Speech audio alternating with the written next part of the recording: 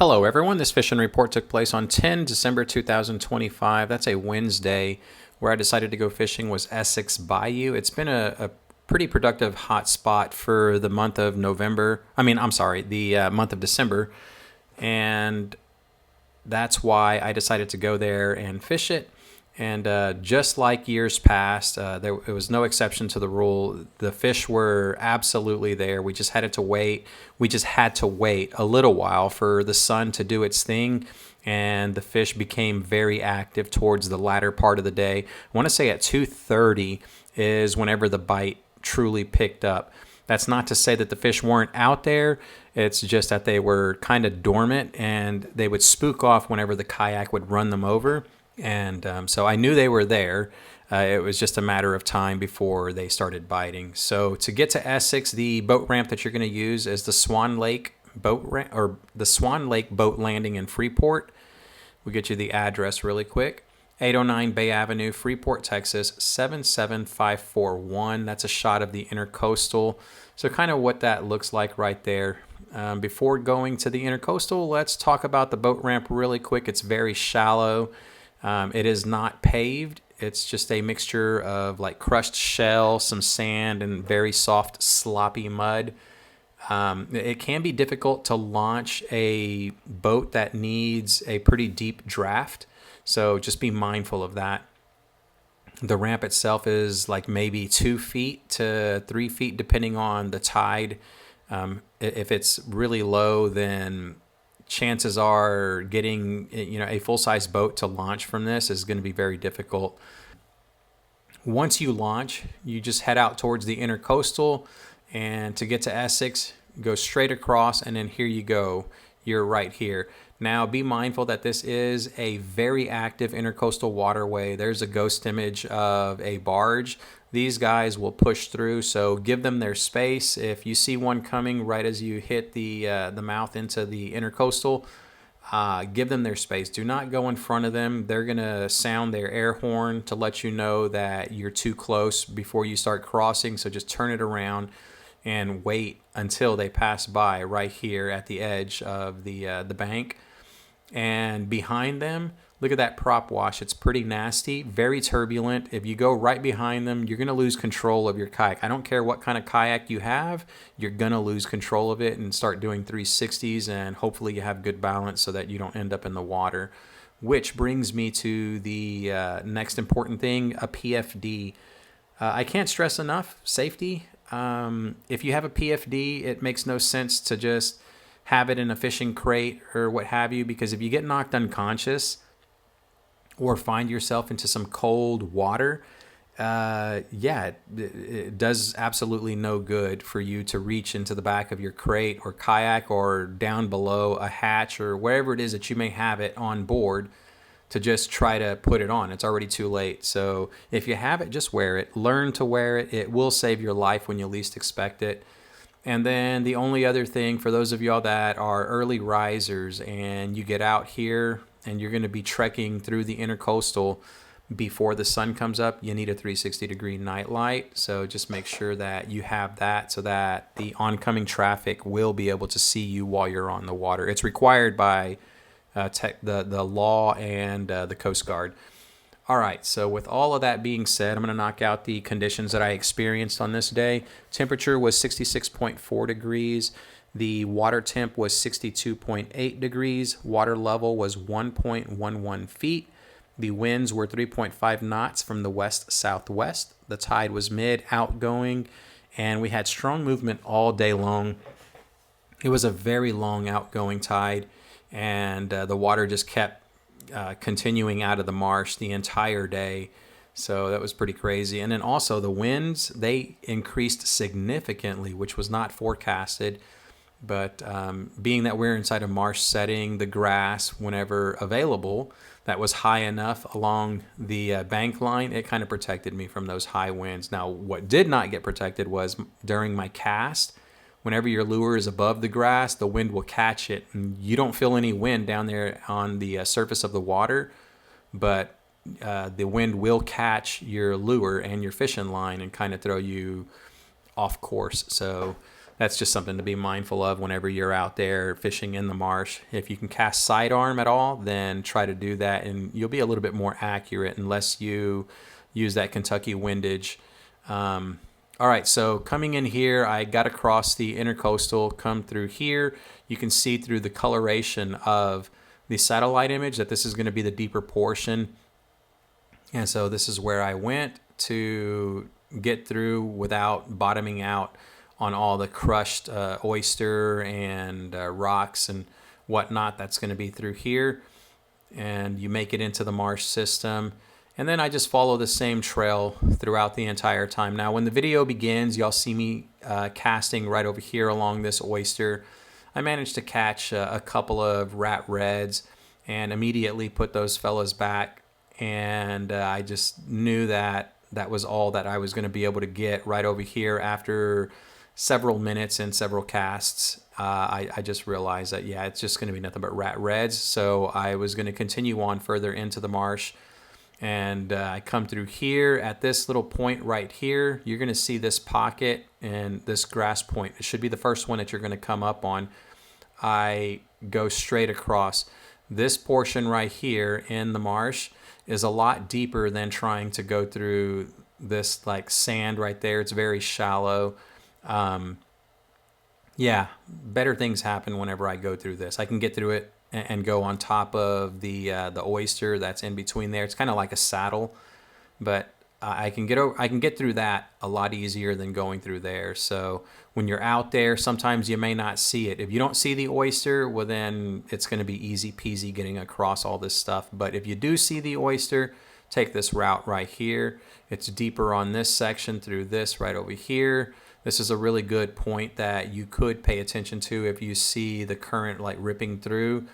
Sometimes you'll be able to catch some keeper trout right inside this area. That wasn't the case on this particular trip, so I just continued on and made my way on this section right here, that portion of the bayou, and continued going. And I did make some casts in these, like a lot of the bends. These areas tend to carve out with the current. They'll carve out like a deep portion in the bayou. Most of the time you're going to see them being about 3 foot deep, but there are sections that will get all the way to close to 7 or 8 feet deep. On this particular day, the water was very low, and all of these backwaters areas, these shallow flats, they were void of water. So yeah, out here, I guess what I'm trying to say is whenever you can see these shallow flats and the water is low, the maximum depth you're probably going to see maybe like 2 foot, 3 foot if you're lucky at these bends, but they are a good spot to cast to, especially if you have like fresh dead shrimp or you're using live bait of some sort. Concentrate in these bends, because whenever the temperatures start to drop, that's where a lot of the reds are going to be caught. I'm not going to say that's where they go to hide, but if you're catching them there, chances are there's a good probability of them. That's where they do hide without having to take refuge in the intercoastal. And so yeah, live, fresh dead bait, live bait. Concentrate on the deeper areas. If you have a fish finder, that will be your eyes underneath you. And I know you're not trying to find like super deep waters, but the difference between 6 to 12 inches makes all the difference in the world. Hopefully that makes sense. So yeah, I was casting nonstop through the main bayou, and I really paid attention over here because I was seeing blow-ups on this side of the oyster, but it ended up being small little rat reds again. So caught a few of them over here, continued on, and I think I caught another one right over here as I was almost leaving this oyster. But this is it. This is the last bit of oyster over here. Made my way into the main bayou, and for the most part, I had my trolling motor set to its highest speed level just to try to zip through. I did see one blow up. I was messing around with my phone. I think I was capturing the conditions on the day, and I just looked up momentarily and I saw a blow up and stopped to make a few casts. I ended up not being able to hook into that fella, but it was a fairly big red, and that was pretty much it. that I had seen in the main bayou until I made my way. I want to say it's like, I measured it. It's about 2 miles that you're going to have to wind on Essex Bayou further into the marsh system. And once you get towards that 2 mile point, that's when you get to this section right here. There used to be a pipe totem pole is what I'm going to call it. It's just a whole mess of valves. It looked like a totem pole that has since been removed by the oil field company, whoever manages this over here. But you'll know because this is a very shallow flat and it's pretty big. And it's the start of where the fishing truly gets good. If you make your blind cast throughout this area, chances are you will come away with something nice and good. On this trip, I was using a combination of Berkeley Gulp and my Bugs fishing lures. More so the Flats Bug in black and gold. And I was using the Berkeley Paddle Shad, a portion of it. I got to go buy some more because I ran out of them after 2 trips. They've been wildly successful spiking my Flats Bug with the tail portion and the paddle tail portion of the Berkeley Gulp. And I think that's a new confidence lure for me. I mean, it just works exceptionally well out here. And so that's what I was using. But if you're going to throw a popping cork with shrimp or fresh dead shrimp, drag it slow off the bottom and just hold on because those fish are going to be there. I say go slow because they're going to be lethargic and it'll take them a few seconds to actually smell the bait and they will come to and bite it. I have seen it done before in the past whenever they're in a dormant-like state and the water is clear enough for me to see them. And so you throw something at them, and if it's just a plain plastic and you hit their head, sometimes they'll come to and spook off. But if it has scent, like a Berkeley Gulp or live bait, they will smell it and then they'll bite it. I know this because I used fish bites in one particular, or not once, but quite often. Whenever they're in that dormant state, I would use the fish bites and those guys come to and then just open their mouth and inhale it.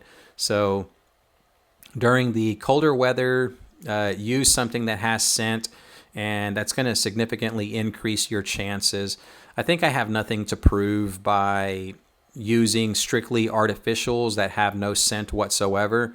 I know how to catch fish with those lures. So from here forward, y'all are probably going to see me use lures that do have scent. And then I'll still go back to the paddle tail and my Bugs lures and just use those the way I used them in the past. But I mean, if it makes the job a lot easier, I've been having significantly better days and being able to catch 5+ reds and on, just 5+ reds. I think one day I was able to catch 8 keepers. The next, another day I was able to catch 7 keepers. And usually you're going to see me catch 3, maybe 4 if I'm lucky on a very good day. But with the scented lures, I can only imagine what it would be like if I was using live bait. Sky's the limit on how many keepers you can catch because they're out here. It's just a matter of putting them in a mood or showing them your lure in a way that's going to make them go crazy and want to bite it. But yeah, so this is the start of the really good fishing grounds. And I was just casting. I did catch my first keeper fish right here. Over here on this bank line, I had noticed some big wakes. And then as I was fishing these drains right here, this one mainly, I had seen a blow up as I was over right in this section. I saw a blow up right here on the corner.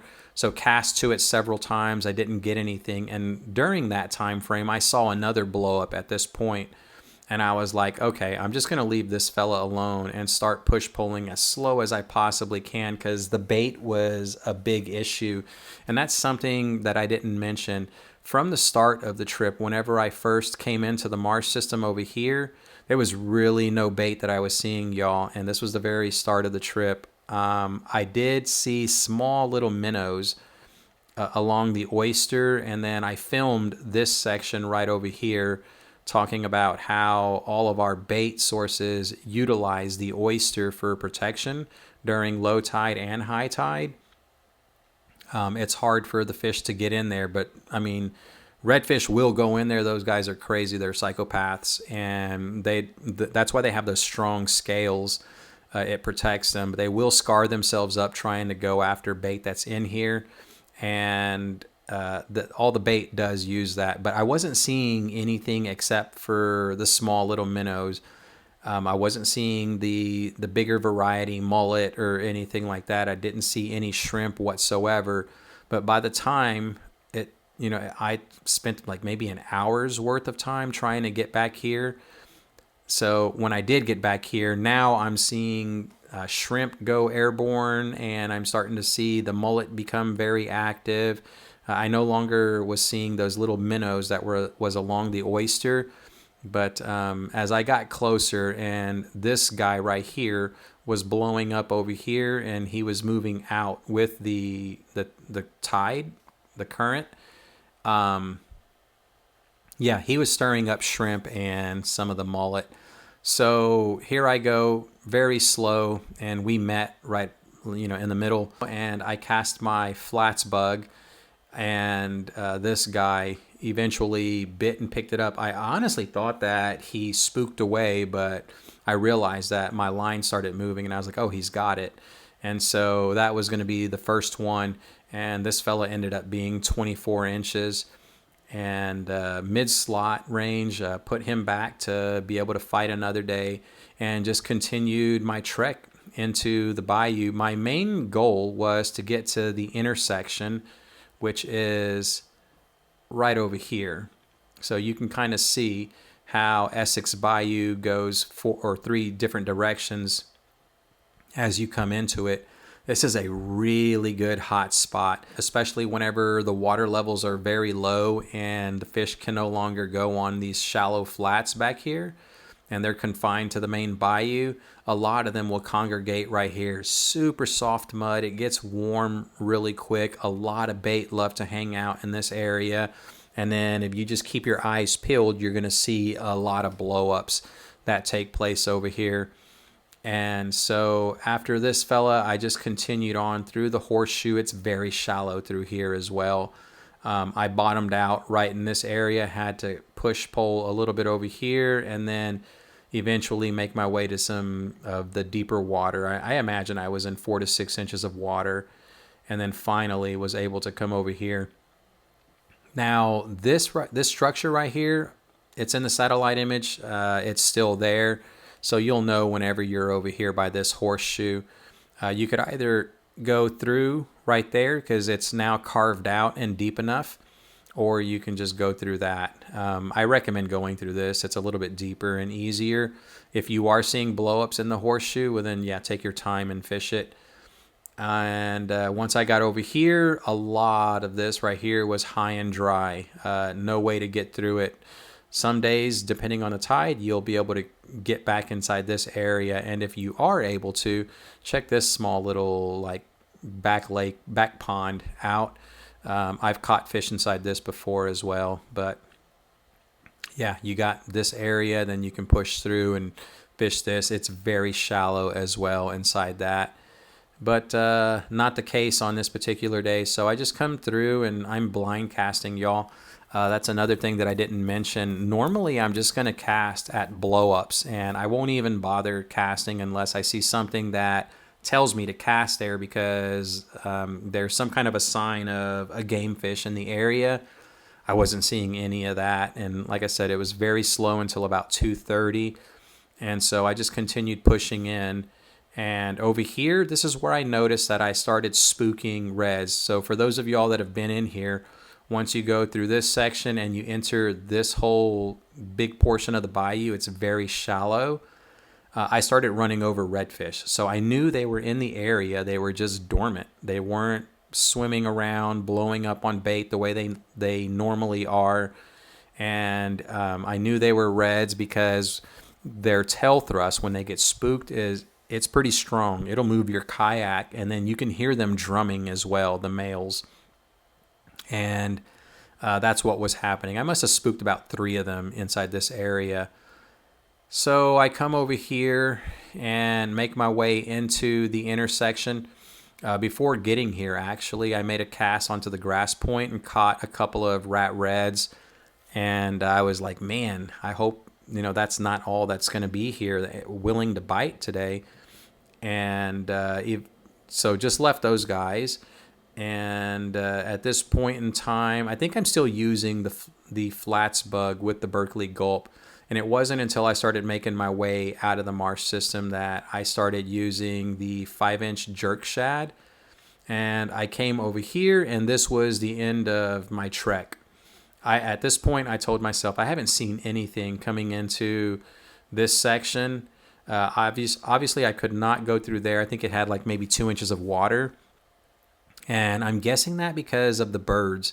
Use them to your advantage. They're going to be where the bait is, or they're going to be where maybe some schooling reds are going to be, and just trying to pluck everything off the surface that's taking to the surface. So a lot of times, if the water was high enough and the reds were out here and they start congregating together and going along the bank line, they're pushing shrimp or bait fish up to the surface, and those birds love playing leapfrog with one another. There's usually 2, 3 birds, maybe just one bird, who knows. But what they'll do is they'll fly a little bit and wait for the reds to continue pushing through, and any of that bait that's taking to the surface, those birds are plucking from the top. And so those birds were out here walking around, and I estimated it at 2, maybe 3 inches of water. Absolutely no way for the kayak to get through that. And one would think, well, just walk it. You cannot get out of your kayak over here, y'all. This is all private land. I think it's a preserve of some sort, and you'll get in trouble, especially if the game wardens are out there and they see you. I don't know how they're going to reach you, but anyhow, I'm just saying a word to the wise. Stay in your kayak. I've been called out by the game warden a few times. We're almost on a first name basis, and they got in touch with me through email and then asked me to call them. So I called them, and now we have each other's numbers. Anyhow, stay in your kayak. It'll, life's a blessing when you do the right thing. So as I was saying over here, this was the end of my trek. I didn't want to push any further. Honestly, I couldn't push any further than this last little pond-like area. So I turned around and I said, I'm just going to go back to the main bayou. At least I caught one keeper in there, and letting the wind drift me going through here, come back into this area. I was starting to see blow-ups, and I'm like, finally. And then didn't catch anything over here. Continued to catch small rat reds right here. But when I got right here, I saw a blow up right in this area. So I started push-pulling kind of as quick as I could without trying to push a wake out onto the mullet and then in turn onto the redfish. The thing that I had in my favor was the south winds coming in. They increased significantly as the day progressed. And so I was able to move a little bit faster. Anyhow, long story short, I caught up to this fella who definitely bit my 5-inch jerk shad from Berkeley. And I think this was 25 maybe. Yeah, 25-inch redfish. Number 2, put him back inside the water to continue living and being able to fight another day. And after that guy, that was a sight cast right there. So felt really good. And continued on through here. I did see several more blow-ups, one right over here on the grass's edge. I did have an opportunity to sight cast one fish somewhere along this grass line in here. I could physically see him. The water was so shallow that I couldn't go from here further in to be able to truly see the fella, but I did see him. He had a dark silhouette moving around. He was interested in my jerk shad. However, because I let it set still, I was banking on the scent from the Berkeley gulp triggering the bite. He smelt it. I think he bumped it with his nose, because whenever I felt what I thought was a bite, I set the hook, but he didn't want anything to do with it. It was not in his mouth. And if it was, I jerked it out of his mouth. But usually on the hook set, you will get them if they put it in their mouth. But yeah. So I lost that fella. I was unable to find this guy by the time I got over towards the area because I had seen the blow up. I was over here. The blow up took place. Tried to get over here as fast as I could, and you have to do some guesswork. So I started casting over here. Yeah, he wasn't going in this direction. So I started casting over here and nothing. So kind of left this area right here. Started speeding along. I caught a couple of more undersized fellas inside the bayou. And one thing that I think is fair to mention, normally I always tell y'all that I'm going to hug one of the bank lines and make my cast and retrieve right alongside the bank, because the bank in this case is going to be the structure and you want to keep your lure in the strike zone. So theoretically, if the kayak is right here and I cast perpendicular to the bank, as soon as I start my retrieve, I'm pulling my lure out of the strike zone. So it only makes sense to be parallel with it, cast your lure, and then you retrieve parallel to it. Your lure stays in the strike zone the entire time, because more often than not, the redfish are going to be swimming along the bank line, and your chances of catching a fish is going to be increased significantly if you fish parallel to the grass line, the bank line, the oyster bars.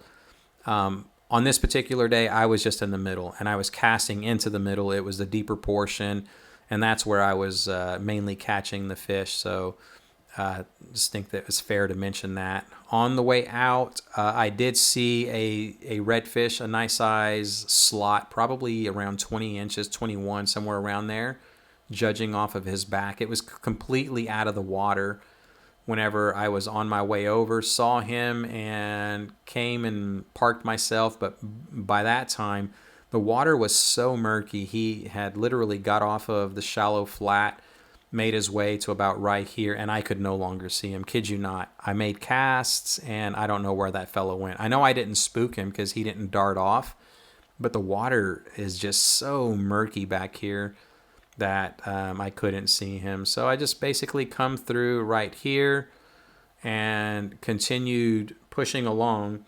And then as I came over here, I thought I spooked something in the video. You'll hear me say, I think it was a red. And then next thing you know, my next cast, I'm like hopping the jerk shad along, and whammo, we hit this fella right here, number 3, and it was on the jerk shad, and about 24 inches is what I'm going to estimate it to be. And by the time I dropped my pin right here for Google Maps and I put a waypoint on the fish finder and took a photo of the fella, the next cast was this guy right here. And this was a blind cast. I caught this fella as well. So both of these were blind casts.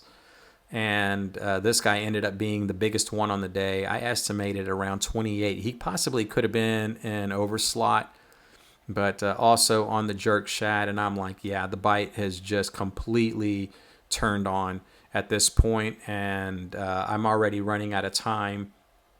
But after I caught and released this guy, continued on over here, I saw a blow up, so make the cast over here, and same result. Another big redfish, 5 on the day. So it went from 0 to hero in a matter of minutes, and it wasn't until the very end of the day. So, I mean, if you're not getting any bites, stick with it. Stick to your guns. Try to stay with your game plan, especially those of y'all that fish here a lot. You know that something like this can happen any given day. And on this particular day, thank goodness I stuck with it, because as the sun warmed the mud up, is my guess. As it warmed the water up, that mud gets warmed up and the fish become active. They are in the area. You have to trust that they are going to be here. I know this to be true because during the freeze, myself and my son, when he used to fish with me, we lost count at, I want to say it was like 30 something reds. I'd have to look back, but don't quote me on the number. I know it was a lot. We had seen so many redfish, and they were all floating from this point right here. We got from here all the way to this area, and we had to stop counting. So from this area to about right here, we had already seen probably like 30 something reds that were dead, all in the slot too, the big boys.